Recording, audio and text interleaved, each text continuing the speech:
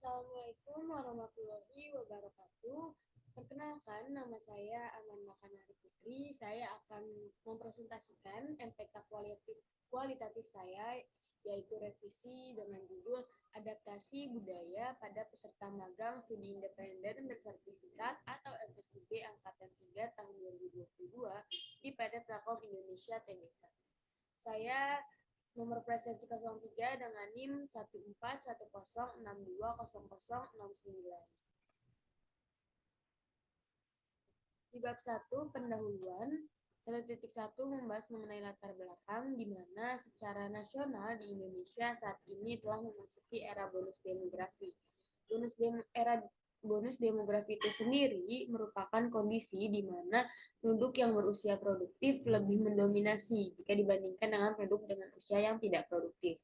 Lalu berdasarkan data yang dipaparkan oleh Direktorat Jenderal Kependudukan dan Pencatatan Sipil atau yang Dukcapil Kementerian Dalam Negeri pada tahun 2022, jumlah penduduk di Indonesia mencapai 275,36 juta jiwa dan dari jumlah tersebut terdapat sebanyak 190,83 juta jiwa merupakan penduduk yang berusia 15 sampai 64 tahun yang termasuk ke dalam kategori usia produktif.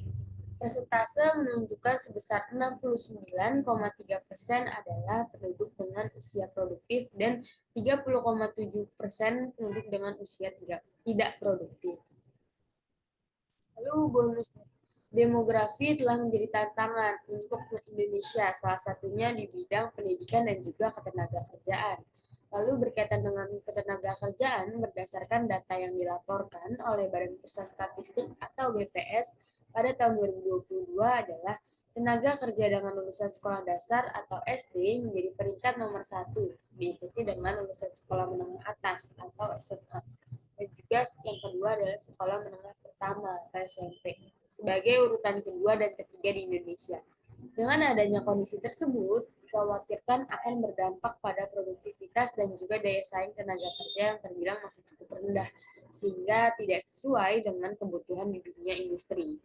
Lalu dalam memberikan solusi terhadap permasalahan pada bonus demografi tersebut, Kementerian Pendidikan dan juga Kebudayaan menciptakan solusi untuk membangun sumber daya manusia di Indonesia. Salah satunya adalah program Merdeka Belajar Kampus Merdeka atau MBKM yang saat ini dikenal sebagai Magang Studi Independen Bersertifikat atau MSIB. Lalu melalui program tersebut, pelajar, khususnya mahasiswa diberikan kesempatan untuk menggali keterampilan dan kompetensi mereka dalam menghadapi dunia kerja, serta melakukan pembelajaran di program studi atau perguruan tinggi lain selama 1 semester untuk dikonversi ke dalam program studi dan 2 semester untuk konversi perguruan tinggi. Lalu hal tersebut berkaitan dengan Peraturan Menteri Pendidikan dan Kebudayaan atau Permendikbud nomor 3 tahun 2020 mengenai standar nasional pendidikan.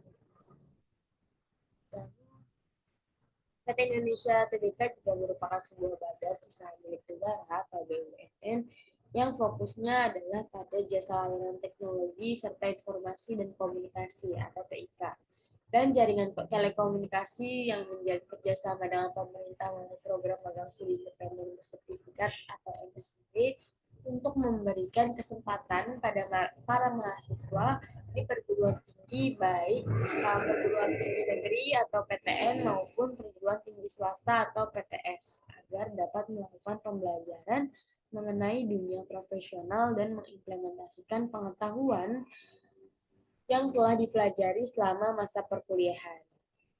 Program magang studi independen bersertifikat atau MSIB pada Telkom Indonesia dilakukan secara hybrid. 3 hari dilakukan secara work from office dan 2 hari dilakukan secara work from home atau WFH. Kegiatan work from office atau WFO dilakukan di kantor PT Telkom Indonesia yang terletak di Bandung. Sehingga banyak peserta yang melakukan rantau dari daerah asal mereka ke Bandung untuk melaksanakan program MSIB. Informan dalam penelitian ini berjumlah 3 orang peserta magang studi independen bersertifikat angkatan 3 tahun 2022 di PT Telkom Indonesia. Kim dalam Semantri 2019, adaptasi itu merupakan sebuah proses yang dilakukan oleh seseorang menyesuaikan diri dengan hal-hal terlepas dari sesuatu yang kita inginkan atau tidak. Adaptasi budaya juga bisa diartikan sebagai proses interaksi yang terbangun melalui komunikasi seseorang pendatang dengan lingkungan sosial budaya yang baru. Adaptasi budaya menjadi sebuah tantangan tersendiri bagi seseorang yang memasuki lingkungan budaya yang berbeda. Secara umum, adaptasi budaya merupakan salah satu upaya untuk membiasakan diri dengan lingkungan baru agar dapat menjalani hidup secara nyaman. Lalu di 1.2 membahas mengenai fokus penelitian kualitatif ini, yaitu bagaimana proses adaptasi budaya pada peserta magang studi independen bersertifikat atau MSIB Angkatan 3 di PT Telkom Indonesia (TBK). Lalu 1.3 membahas mengenai tujuan penelitian, di mana tujuan penelitian ini adalah untuk mengetahui bagaimana proses adaptasi budaya pada peserta magang studi independen bersertifikat atau MSIB Angkatan 3 di PT Telkom Indonesia (TBK). 1.4 membahas mengenai manfaat penelitian, di mana terbagi menjadi dua, yaitu manfaat akademis dan juga manfaat praktis. Manfaat akademis adalah penelitian ini memiliki manfaat untuk menambah pengetahuan di bidang komunikasi, khususnya pada bidang komunikasi budaya mengenai adaptasi budaya. Lalu di bidang manfaat praktis, penelitian ini memiliki manfaat untuk para praktisi ilmu komunikasi yang ingin meneliti mengenai komunikasi budaya, khususnya adaptasi budaya. Lalu selanjutnya, bab 2 membahas mengenai kajian teori. 2.1 membahas mengenai konsep, yaitu yang saya pilih di sini adalah teori curve. Menurut Larry Asamovar, Richard E. Porter, dan juga Edwin R. McDaniel dalam bukunya berjudul Komunikasi Lintas Budaya, komunikasi antar budaya adalah sebuah proses untuk menjalin komunikasi antar manusia yang satu dengan yang lainnya yang memiliki persepsi dan juga simbol budaya yang berbeda. Dalam proses memasuki suatu budaya tersebut akan ada beberapa kemungkinan proses adaptasi yang dialami seseorang, di antaranya seperti permusuhan dengan lingkungan, perasaan disorientasi, perasaan tidak diterima, sakit perut, atau sakit kepala, merindukan teman dan juga keluarga, serta homesick atau yang bisa kita kenal sebagai merindukan kampung halaman. Larry Asamovar, Richard E. Porter, dan Edwin R. McDaniel menggambarkan 4 proses adaptasi melalui kurva U sebagai berikut. Yang pertama adalah fase honeymoon atau tahap kegembiraan, di mana pada tahap ini merupakan tahap awal yang biasanya seseorang akan mengalami perasaan bahagia, berharap, dan juga semangat dalam menghadapi budaya atau lingkungan baru. Lalu yang kedua ada fase frustasi atau tahap kekecewaan, di mana pada tahap ini seseorang akan mulai menyadari kenyataannya bahwa mereka sedang berada di ruang lingkup asing dan juga merasa bingung dengan lingkungan baru.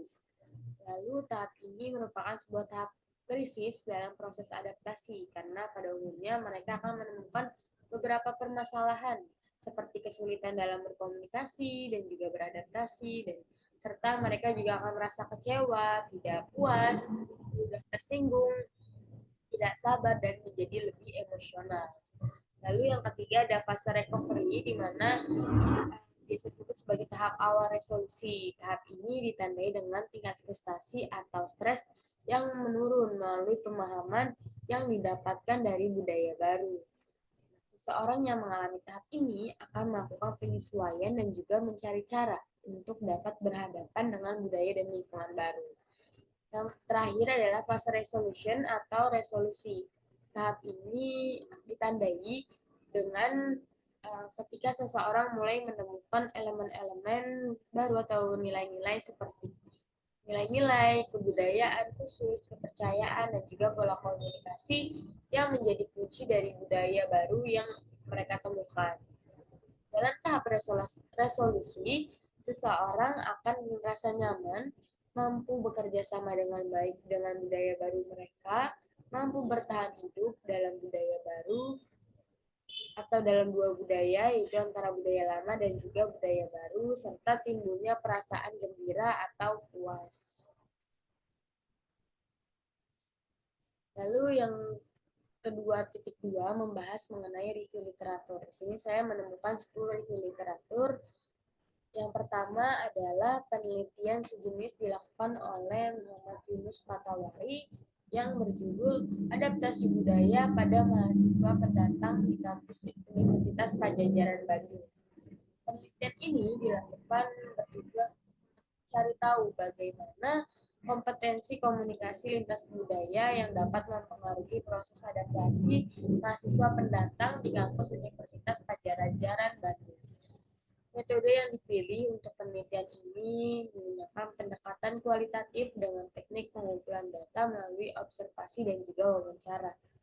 Hasil menunjukkan bahwa negara asal seseorang memiliki pengaruh terhadap karakter dan juga kemampuan dalam komunikasi lintas budaya mereka. Penelitian kedua berjudul Adaptasi Budaya Mahasiswa Asal Indonesia di Australia yang dibuat oleh Natalia Perdani.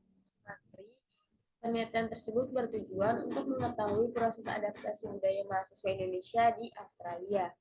Metode yang digunakan dalam penelitian ini adalah kualitatif deskriptif dengan pendekatan fenomenologi dan teknik pengumpulan data melalui wawancara.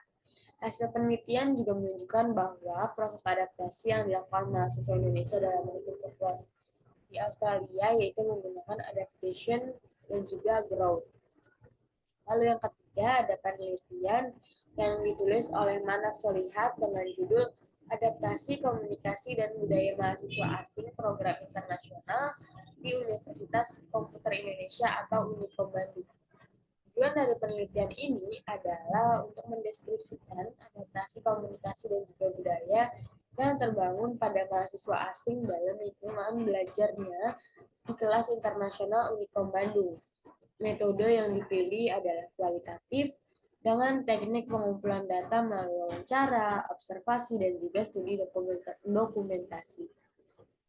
Hasil penelitian menghasilkan bahwa keragaman yang ada di Indonesia seperti bangsa, budaya, dan juga bahasa tidak sepenuhnya memberikan permasalahan dalam proses adaptasi mahasiswa asing dengan mahasiswa lainnya. Namun karena waktu yang terbatas, intensitas dan sarana yang digunakan untuk berkomunikasi menimbulkan permasalahan komunikasi antar budaya. Lalu di 2.2 membahas mengenai literatur lagi, yang itu yang keempat berjudul Strategi Adaptasi Mahasiswa Program Studi PGSD Tegal UNES dalam menghadapi perbedaan kebudayaan yang ditulis oleh Tri Astuti. Penelitian ini bertujuan untuk meneliti strategi adaptasi budaya mahasiswa dalam menghadapi perbedaan di Kota Tegal dan menghadapi hambatan dalam menerapkan strategi adaptasi budaya. Metode dalam penelitian ini adalah kualitatif dengan jenis studi kasus dan teknik pengumpulan data melalui wawancara, dokumentasi, dan observasi. Hasil penelitian menyatakan bahwa mahasiswa menerapkan strategi adaptasi budaya di Tegal melalui beberapa cara, dan diantaranya yaitu memahami cara hidup melalui interaksi, menerima perbedaan yang ada, meredam egosentrisme pada primordialisme dalam diri mereka. Lalu penelitian selanjutnya berjudul Pola Adaptasi Sosial Budaya Mahasiswa Afirmasi Papua di Lingkungan Kampus atau Studi Kasus Mahasiswa Afirmasi Papua di Universitas Pendidikan Ganesha yang diteliti oleh Grevius A.S. Jamlean, I. Gustimade Arya Sutawirawan, dan I. Wayan Putrayasa dan Putrayasa. Penelitian ini bertujuan untuk mengetahui pola adaptasi mahasiswa Papua di lingkungan Universitas Pendidikan Ganesha, dan juga metode yang digunakan adalah metode kualitatif deskriptif melalui proses observasi, pengumpulan data, wawancara, dokumentasi, dan juga catatan lapangan. Hasil penelitian ini mengungkapkan bahwa mahasiswa melakukan pola adaptasi melalui partisipasi dalam organisasi, berperan aktif dalam kegiatan akademik, memperkenalkan budaya mereka, dan juga aktif dalam kegiatan keagamaan. Penelitian berikutnya berjudul Gegar Budaya dan Strategi Adaptasi Budaya Mahasiswa Perantau Minang di Jakarta, dan diteliti oleh Wahyu Tama dan juga Safira Maulani. Tujuan penelitian ini adalah untuk mengetahui bagaimana pengalaman mahasiswa Minang dalam melakukan adaptasi budaya di Jakarta. Penelitian ini menggunakan pendekatan kualitatif dengan metode studi kasus. Hasil penelitian ini menemukan bahwa tema-tema utama mengenai pengalaman culture shock, hambatan yang dihadapi, dan strategi dalam proses adaptasi budaya. Selanjutnya, penelitian selanjutnya berjudul Strategi Adaptasi Culture Shock dalam Komunikasi Antar Budaya mahasiswa Papua Universitas Bengkulu. Tujuan penelitian ini adalah untuk mengetahui bagaimana tahapan dan juga bentuk-bentuk gejala gagal budaya yang dialami mahasiswa pendatang dalam beradaptasi. Metode yang digunakan dalam penelitian ini adalah kualitatif, serta hasilnya adalah disimpulkan bahwa strategi gelar budaya yang diterapkan oleh mahasiswa rantau yang berasal dari Papua di Kota Bengkulu adalah sesuai dengan teori Samovar, yaitu fase euforia, fase pesakitan atau kecewa, fase adaptasi, dan juga fase penyesuaian diri. Lalu penelitian berikutnya yang dilakukan oleh Gunawan Wiradharma dengan judul Lingkungan Baru Adaptasi Budaya oleh dosen CPNS. Penelitian ini bertujuan untuk mengetahui bagaimana komunikasi dosen pendatang CPNS dalam proses adaptasi di lingkungan baru. Penelitian ini menggunakan pendekatan kualitatif dengan metode deskriptif. Hasil penelitian ini menyimpulkan bahwa dalam proses melakukan perantauan dosen CPNS di Universitas Terbuka pada tahun 2019, mereka dapat beradaptasi dan juga mengatasi hambatan di lingkungan baru. Lalu untuk penelitian yang terakhir adalah penelitian berjudul Proses Adaptasi Rantau dari Batam dalam menghadapi komunikasi antar budaya di UPNVJ. Lalu dilakukan oleh Rania Putri Faradiba, Windiadi Yoga Sembada, dan juga Gracia Krisnando Nathanael. Tujuan penelitian ini adalah untuk mengetahui bagaimana strategi komunikasi dan juga adaptasi yang dilakukan oleh mahasiswa rantau Kota Batam di UPNVJ. Lalu metode yang digunakan adalah kualitatif deskriptif dengan teknik pengambilan data melalui purposive sampling. Hasil penelitian ini menunjukkan bahwa mahasiswa rantau dari Kota Batam mengalami proses adaptasi sesuai dengan teori yang dikemukakan oleh Young Ye Kim dalam hambatan komunikasi antar budaya yang meliputi perbedaan bahasa, budaya, adat istiadat, dan juga gaya hidup, sehingga mereka mengalami gegar budaya.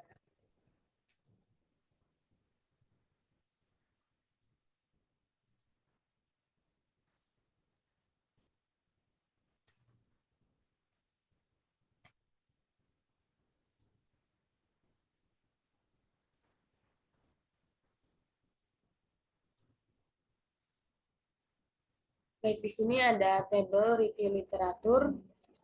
Yang dibahas di sini adalah perbedaan dan juga persamaan antara review literatur dengan penelitian yang telah saya buat gitu.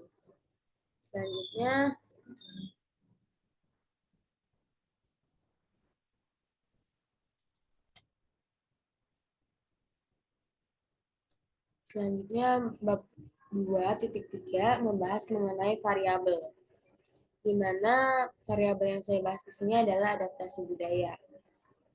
Adaptasi budaya, perbedaan latar belakang budaya yang dimiliki seseorang menjadi faktor yang paling berpengaruh pada bagaimana cara berinteraksi dan juga komunikasi yang dilakukan. Perbedaan karakter dan juga latar belakang tersebutlah yang mengharuskan seseorang yang melakukan perantauan untuk beradaptasi.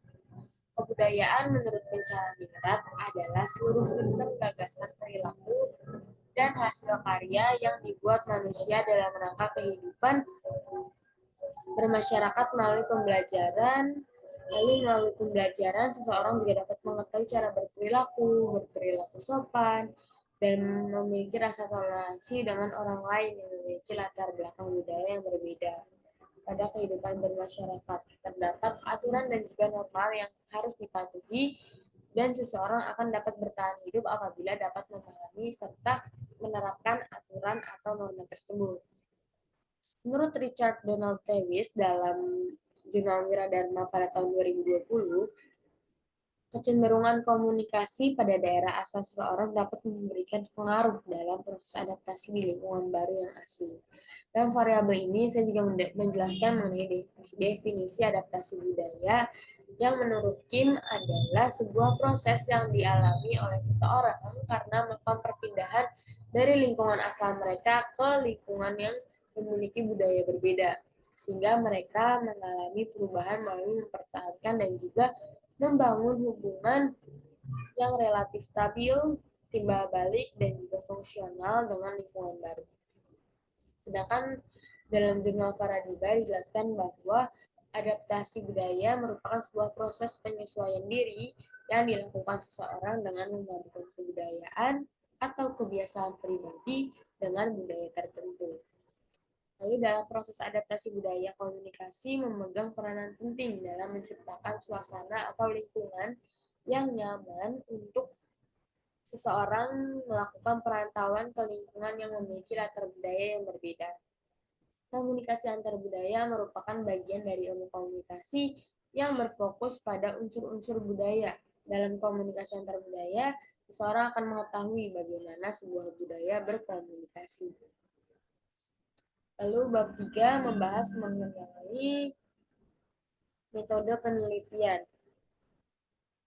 Yang pertama itu paradigma 3.1 paradigma penelitian. Paradigma merupakan sejumlah kerangka dasar dari referensi yang menjadi dasar sosial dan juga teori penyelidikan. Paradigma tidak menjelaskan apapun, namun memberikan kerangka logis mengenai teori-teori yang diciptakan. Paradigma adalah sebuah kerangka kerja atau sebuah model yang digunakan untuk observasi. Hal tersebut dikembangkan oleh Devi dalam bukunya pada tahun 2020. Penelitian ini menggunakan paradigma interpretasi yang melibatkan sejumlah prosedur melalui rangkuman penemuan secara menyeluruh, melakukan perbandingan antara perspektif pribadi dengan literatur, dan membahas keterbatasan dalam penemuan. Lalu 3.2 membahas mengenai pendekatan penelitian. Terdapat dua pendekatan dalam penelitian, yaitu pendekatan kuantitatif dan juga kualitatif. Pada dasarnya yang menjadi pembeda antara kuantitatif dan juga kualitatif adalah numerik dan non-numerik data. Penelitian ini menggunakan pendekatan kualitatif. Elemen kunci dalam pengumpulan data kualitatif adalah klarifikasi konsep. Penelitian kuantitatif lebih berfokus pada makna dan juga detail. Pendekatan kualitatif berorientasi pada gambar dan juga teks, serta memiliki tahapan atau proses yang unik dalam analisis datanya. Pendekatan ini meliputi komentar dari perspektif peneliti mengenai peran dan juga refleksivitas mereka serta tipe khusus dari strategi kualitatif.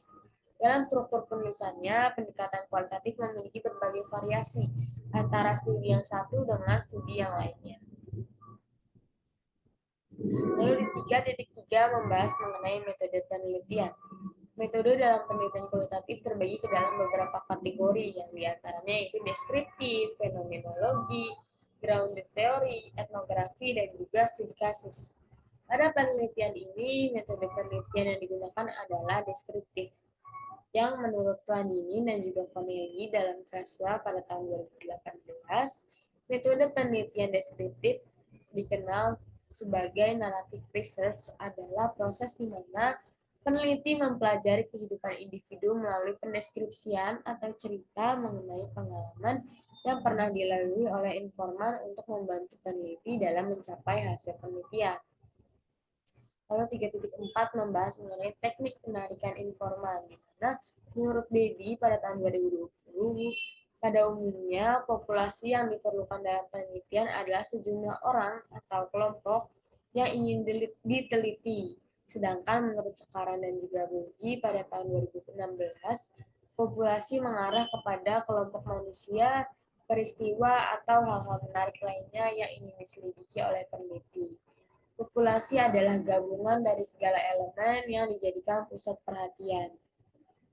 Populasi dalam penelitian ini adalah peserta magang studi independen bersertifikat atau MSIB Angkatan 3 di PT Telkom Indonesia Tbk yang berjumlah 24 orang. Teknik penarikan informan dalam penelitian ini menggunakan purposive sampling, di mana menurut Sekarang dan juga Bongki pada tahun 2016, purposive sampling merupakan salah satu teknik penarikan informan dalam pendekatan kualitatif yang merefleksikan keragaman dan juga keragaman dari populasi. Dalam purposive sampling, subjek dipilih berdasarkan keahlian dan juga kriteria yang telah ditentukan oleh peneliti. Menurut Baby, purposive sampling termasuk ke dalam jenis non-probability sampling dengan unit penelitian yang dipilih atas dasar keinginan peneliti atau disebut juga sebagai judgmental sampling.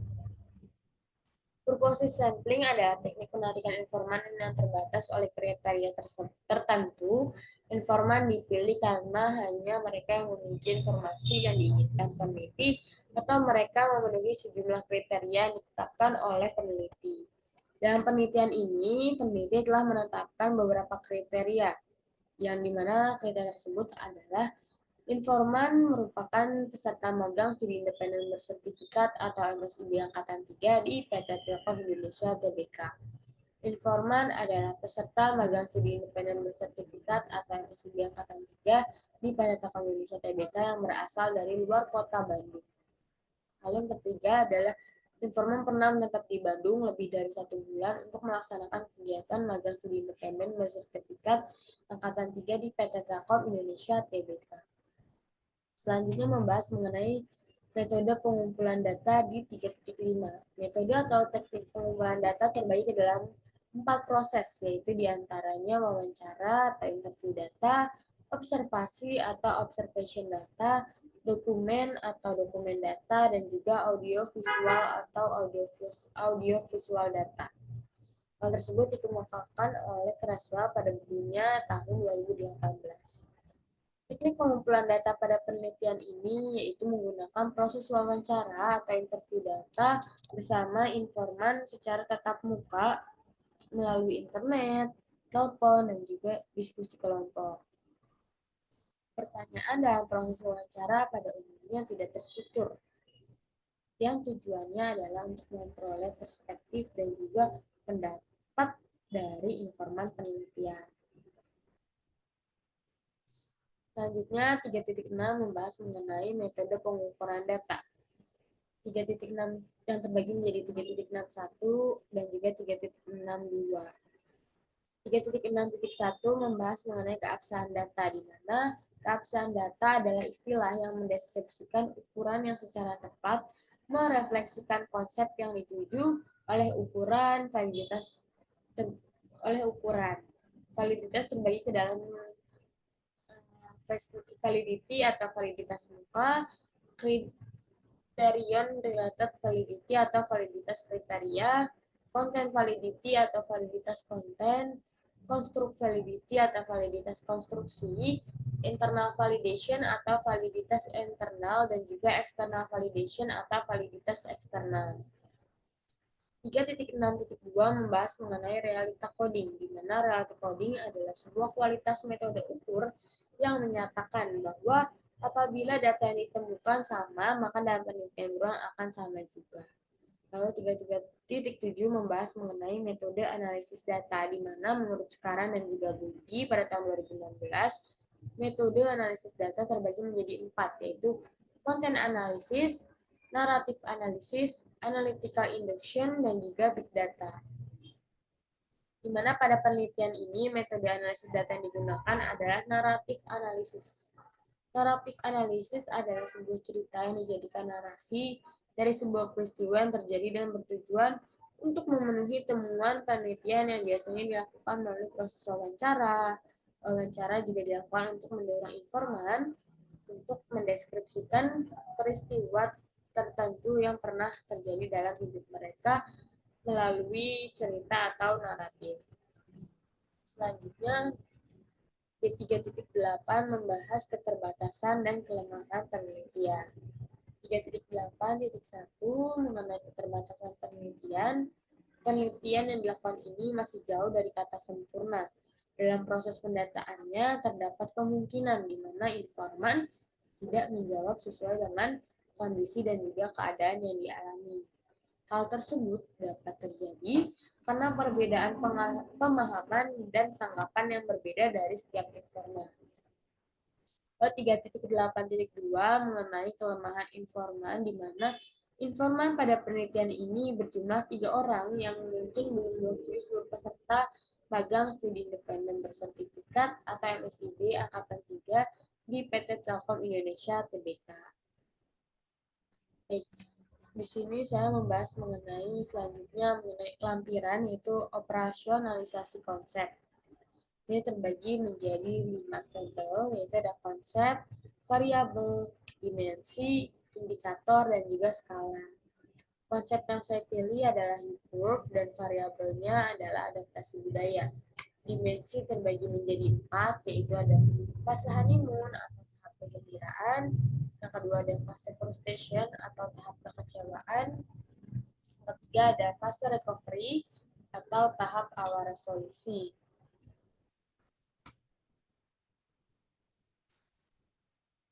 Lalu yang keempat ada fase resolution atau resolusi.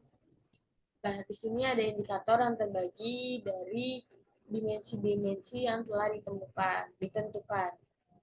Dari fase honeymoon terbagi menjadi ketiga indikator, yaitu perasaan bahagia, perasaan berharap, dan juga rasa semangat.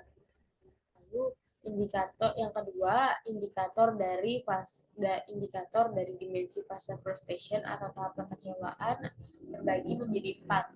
Yang pertama yaitu perasaan asing, perasaan bingung, yang ketiga menghadapi permasalahan, dan juga yang terakhir adalah perasaan kecewa.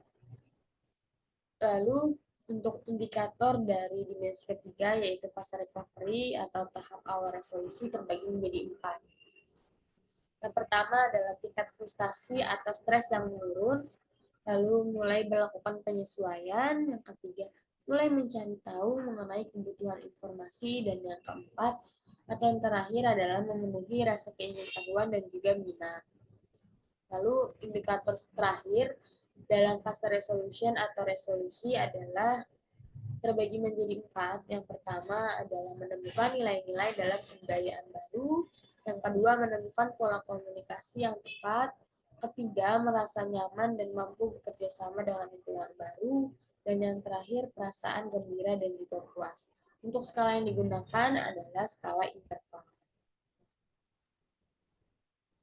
Lalu selanjutnya saya akan membahas mengenai draft pertanyaan yang terbagi ke dalam 20 pertanyaan. Pertanyaan ini dibuat berdasarkan operasionalisasi konsep yang telah disusun dan sudah saya jelaskan sebelumnya. Untuk pertanyaan di fase honeymoon atau tahap kegembiraan terbagi menjadi 6 pertanyaan, di mana yang pertama adalah bagaimana perasaan yang dirasakan oleh Anda saat awal pertama kali memasuki lingkungan yang memiliki perbedaan budaya dengan Anda.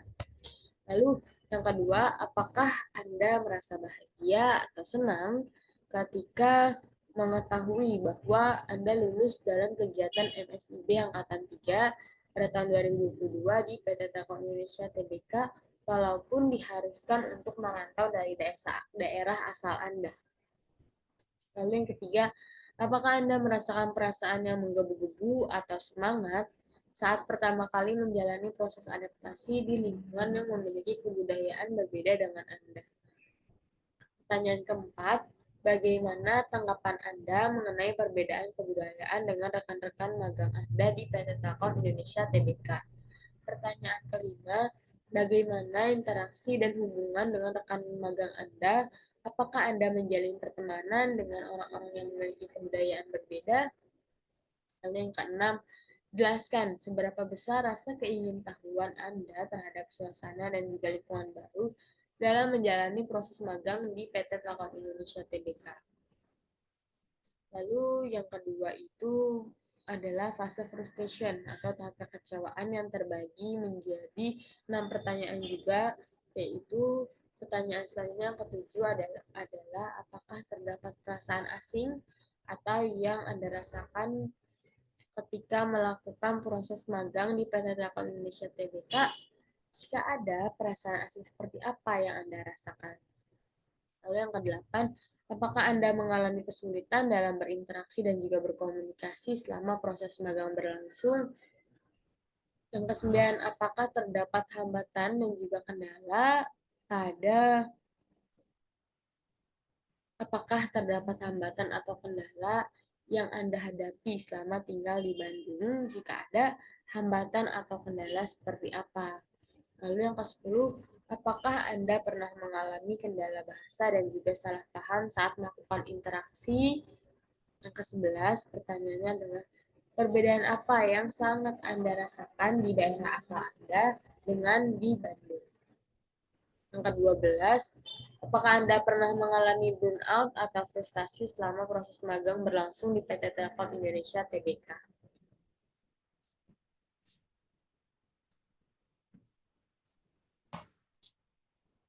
Baik, yang ketiga adalah fase recovery atau tahap awal resolusi yang terbagi ke dalam 3 pertanyaan.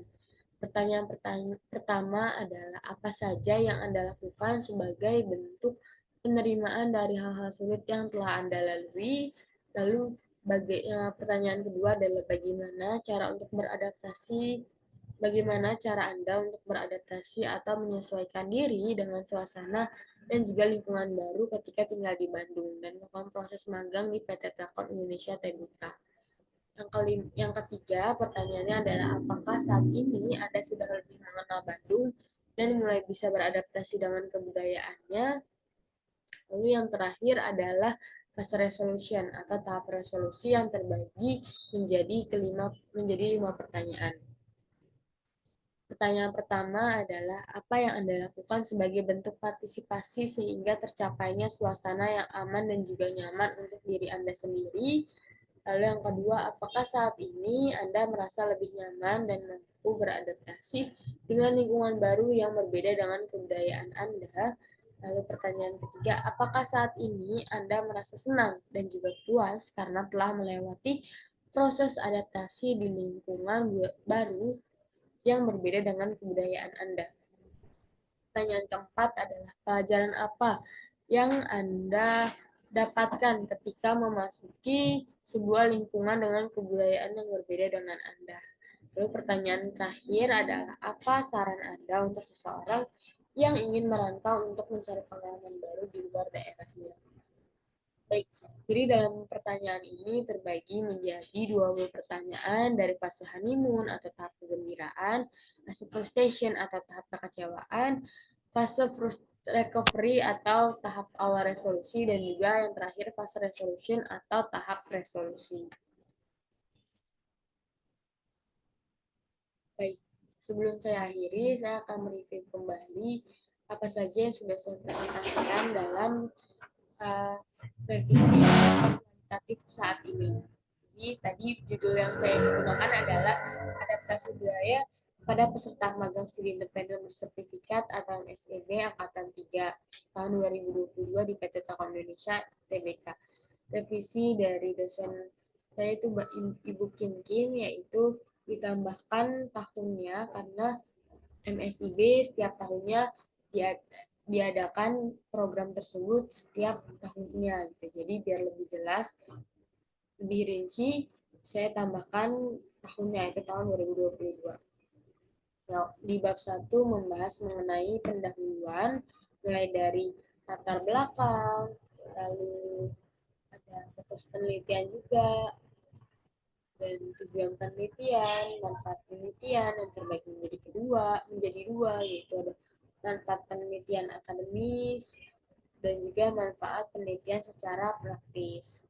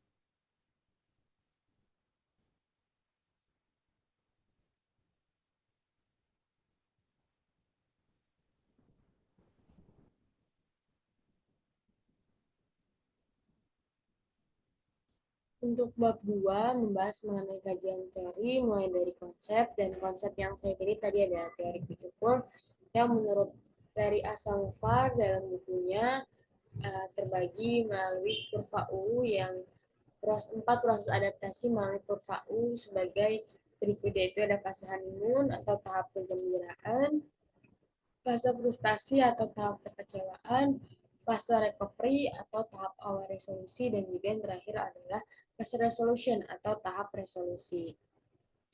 Untuk review literatur, saya membahas 10 penelitian terdahulu dalam dari tahun dalam jangka waktu selama 5 tahun, yaitu dari 2018 sampai tahun 2023. Ini saya juga memaparkan tabel persamaan dan perbedaan antara jurnal penelitian terdahulu dengan penelitian yang saya lakukan. Untuk di variabel, karena variabel saya yaitu hanya satu, yaitu membahas mengenai adaptasi budaya, jadi dalam tiga variabel ini saya membahas mengenai adaptasi budaya mulai dari definisinya dan juga fase-fasenya. Lalu yang terakhir, yang di bab ketiga membahas mengenai metode penelitian mulai dari paradigma penelitian, yang dimana penelitian ini paradigmanya adalah interpretasi pendekatan penelitian, yaitu pendekatan penelitian kualitatif. Terus selanjutnya ada metode penelitian, di mana metode penelitian ini adalah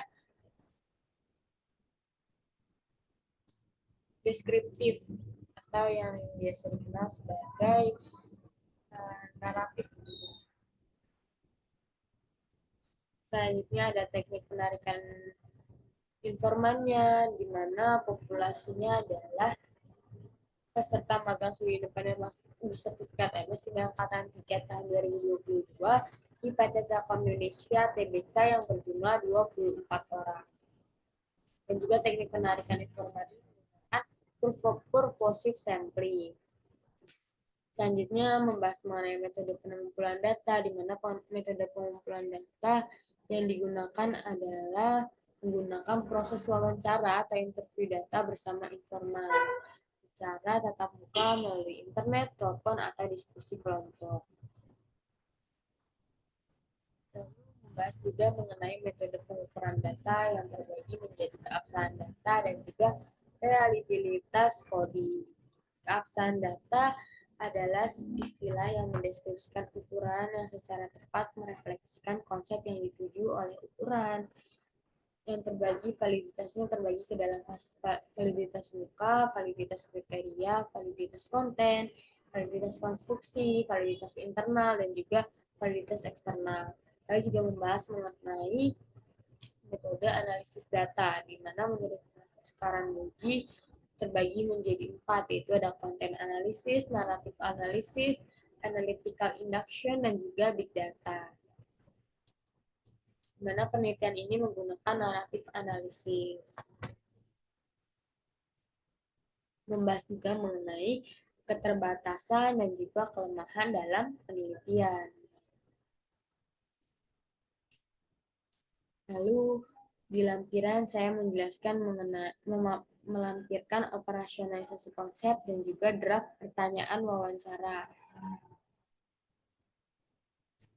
Di operasionalisasi konsep tadi sudah dijelaskan bahwa konsep yang saya gunakan adalah teori curve dan variabelnya adalah adaptasi budaya yang terbagi ke dalam dimensi dan juga indikator. Dan juga sekalian digunakan adalah interval. Di dimensi terbagi juga menjadi 4, yaitu ada fase honeymoon atau tahap kegembiraan, fase frustration atau tahap kekecewaan, yang ketiga ada fase recovery atau tahap awal resolusi, yang keempat ada fase resolution atau resolusi. Di sini ada indikator yang terbagi dari dimensi. Lalu untuk draft pertanyaan terbagi menjadi 20 pertanyaan, di mana terdapat 6 pertanyaan untuk fase honeymoon atau tahap kegembiraan, lalu 6 pertanyaan juga untuk fase fase frustration atau tahap kekecewaan, lalu ada 3 pertanyaan untuk fase recovery atau tahap awal resolusi, dan yang terakhir Ada 5 pertanyaan untuk fase resolution atau tahap resolusi. Baik. Sekian, terima kasih presentasi, revisi, MTK kualitatif saya. Kurang lebihnya mohon maaf. Wassalamualaikum warahmatullahi wabarakatuh.